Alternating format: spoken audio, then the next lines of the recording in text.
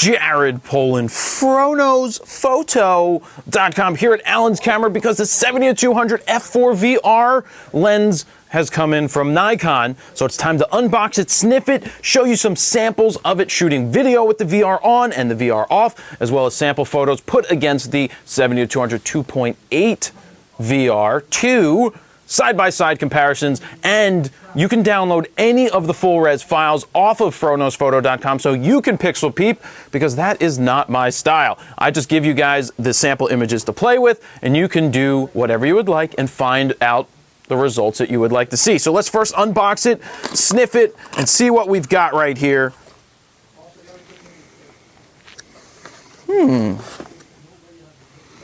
That's a curious smell. That's a piece of cardboard. So in here, what you have is the lens hood. Recommendation, always use a lens hood. Indoors, outdoors, whenever you are shooting, lens hood should be on.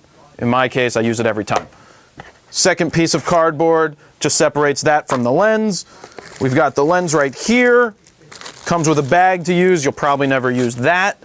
Inside here, we have the user's manual in 15 different it now comes in Arabic. Who knew? Look at this.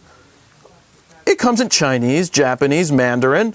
There's 1, 2, 3, 4, 5, 6. I'm not even going to count. There's so many languages this comes in. I've actually never read the manual for a lens. All right, so you've got your 5-year warranty, which Nikon gives you on all of the lenses. That's a very good option, a very good thing to have. If you ever have an issue with the lens, other than you dropping it or damaging it yourself, they'll most likely repair it, and all it's going to cost you is the shipping out, not even the shipping back. All right, so here we have it. Oh, yeah. You know what it smells like? You ever been on a playground and then, you know, you like fall down and you hurt your hands because it has those wood chips? It doesn't smell like that. It smells like when it has the ground up rubber chips on the ground. The best playgrounds have the rubber thingies so that you don't hurt yourself. And it smells like the blue kind, the blue rubber on those playgrounds. All right, so here we have it. Let's look. We've got all the AM switch. We've got full and limit. This is your limit for focus. VR on, VR off, normal and active. It's a lighter lens than the 70-200 2.8 VR, but that's to be expected. So we'll put those together in a few seconds. I believe it comes with, does it come with a collar? It doesn't come with a collar? I thought it came with a collar. Let me look at the box real quick. It does not come with a collar? Thank you, Rob. It doesn't come with a collar, but with a lens this light, you don't need a collar. You just really don't. So 67mm filter thread. I don't use filters on lenses. Don't let Alan know that I said that, but I don't use filters. The only filter I would use is a circular polarizer, which I'm actually going to buy while I'm here. Rob, can you get me a circular polarizer to go home with today, please? A good one? 77mm? Thanks. All right, so what is this lens for? Let's put it next to the 70-200 first so you guys can get a feel for it. Much heavier, obviously 70-200 2.8 VR. You can see the difference in size, difference in weight. You can see that this actually curls the muscle, where this actually doesn't even stress the muscle at all. Curls the muscle, no stress at all. 70-200 f4. The 5-stop VR capability that is in this lens is incredible. You can see on the screen the sample video for what I shot of the Porsche outside, that you can see the VR on and the VR off. So it starts with off, and then look at what happens when it goes on. Look how stable it is. That's handheld out at 200mm. You cannot do that with any, pretty much any lens. I don't think we could accomplish that with the 70-200 VR version 2 2.8, because the VR is the other second generation? This has I believe the 3rd generation, which is now 5 stops. So who is it? It's a $1,399 lens. That's the same price as a Sigma 70-200 2.8 OS. So there's a 2.8, there's an f4.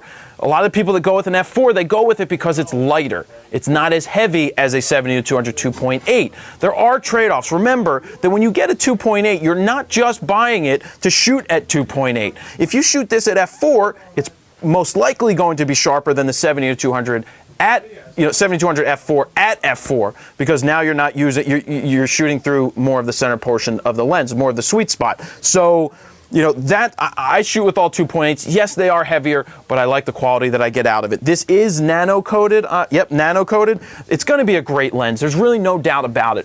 If you're willing to spend the $1,399 and you don't need a 2.8, and the key to this lens is if you're going to be doing video, if you're going to be shooting any kind of video, that VR is going to come in such handy that it's not even funny. So that is what I think the purpose of this lens is. If you're shooting video and you need a 70-200 2.8 and you're going to be hand holding most of the time, then that is what this lens is going to be for. It's harder to hand hold a 70-200 2.8 because it's so much heavier. And then when you throw the VR in on this, you're going to have much better results. So throughout this video, you've seen a lot of the sample pictures pop up on the screen. You can see all of those over at froknosphoto.com at the link below. And really, that's about it. I'm going to come back here, sit in the computer, and talk to you about the sample images. Just to do a quick look, not pixel peep too much. You guys can do that when you download the files yourself from my website. So that is pretty much it. Alan's Camera has all of your Nikon lenses in stock. Check them out, new, used. They've got them. I like this lens. Now, it's a toss-up for me, for you guys out there, whether you should go with a 70-200 Sigma OS for $13.99 or something along this lines. I'm a big fan of 2.8s all the way through. There's nothing other than 2.8 or better in my bag. That's me personally. But if you don't need the 2.8 or you're doing the video, this is a killer lens for that option. So there you have it, guys. If you'd like to pick up a Froknose Photo t-shirt of any kind, this is the Fro Nation. We have the I Shoot Raw. You can see those at store.froknosephoto.com. And don't forget about the Froknose Photo Beginner Guide. For anybody looking to jump out of auto, that video guide is going to help you. So coming up right now, we're going to sit at the computer, look at some of these pictures inside, and there you have it. We'll be right back with that.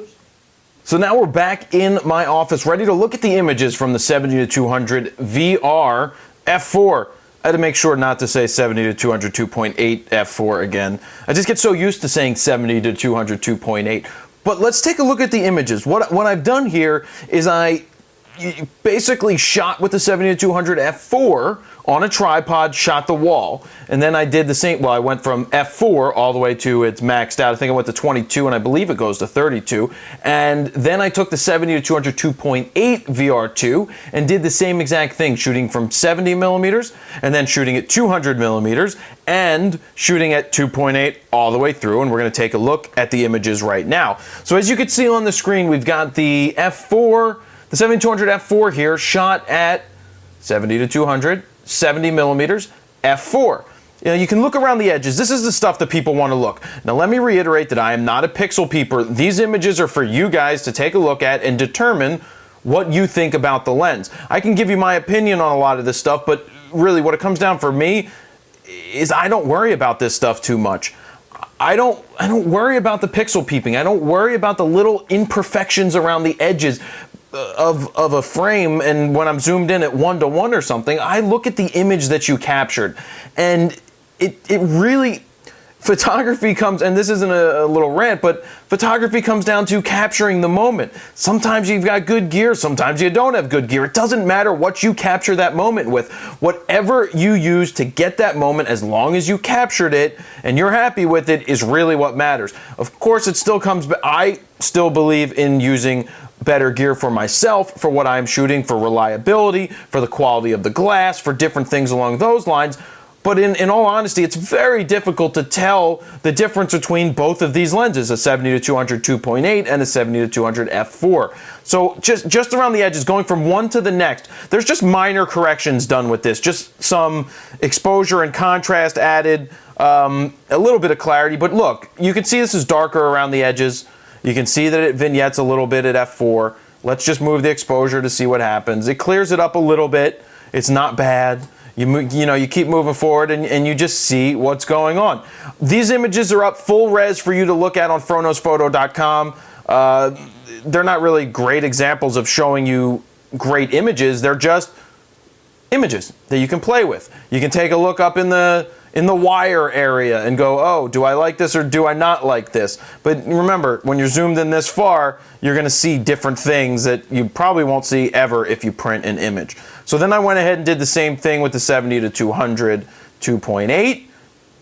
And we're just going to skip past all those and get to the images with the f4. So here it is. We got the car.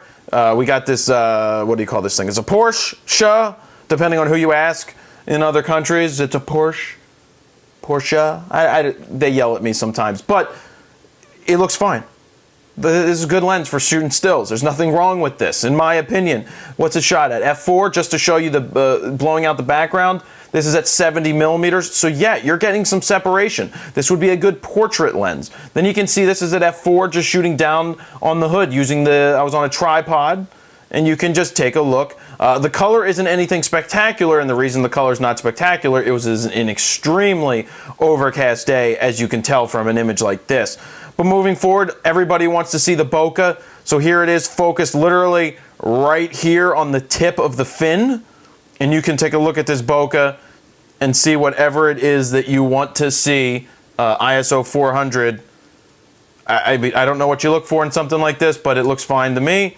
This is at 150 millimeters, just showing you with the car next to it, my car, seeing how much the background starts to blow out there, shot at F4. Then I did one of these at F4. You can see the darkness and the vignetting around the corners. Moving up to F11, it gets rid of some of that. I mean, this draws you in, and sure, the Lightroom can fix it, but there. I wanted to shoot it at F11 just to show you more in focus.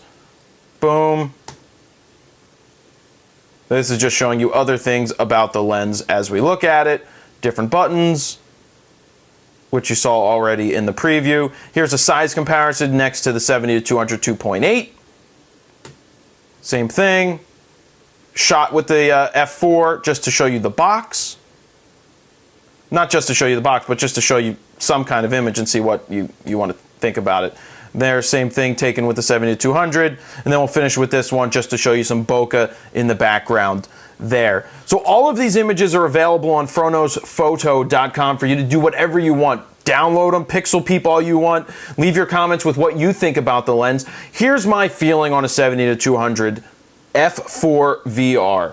The VR capability is incredible, but I want to remind you all that VR in a lens doesn't compensate for moving subjects. If you're shooting handheld at 1/10 of a second and you're shooting a basketball game, well, the bleachers are going to be nice and sharp in the background, but the subject is going to still blur. Whenever you have a slow shutter speed and somebody's moving across the plane of an image, they're going to blur regardless of having VR or not. Now, if you're working on doing panning images, the VR can come in handy there and give you some really clean lines when you are panning.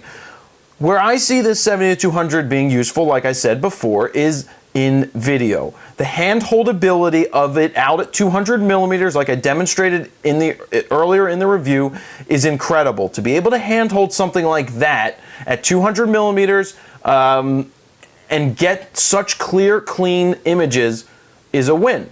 That is a great option. If you are shooting a lot of video and you put this in the bag and you want to shoot, well, basically just shoot video with it, I would recommend it for that. But when it comes to 2.8s and f4s, the differences are some people want to have a lighter lens, other people want to have the more glass, let in more light. Sigma offers a 70-200 2.8 OS, which is $13.99. It is the same price. So you have to flip a coin and decide which one is for you. Do you want a 2.8 or do you want an f4? In my opinion, I would go, for me, if I had to choose between the two, probably go, if I didn't have a 70-200 2.8 VR2, I'd probably say go with the 70-200 2.8 Sigma OS. That's just me.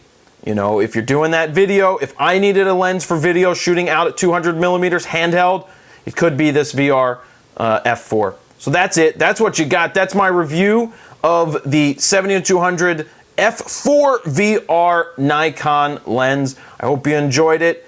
Jared Polin, FronosPhoto.com. See ya. Are you subscribed yet on the YouTube channel? Well, click this subscribe button right here.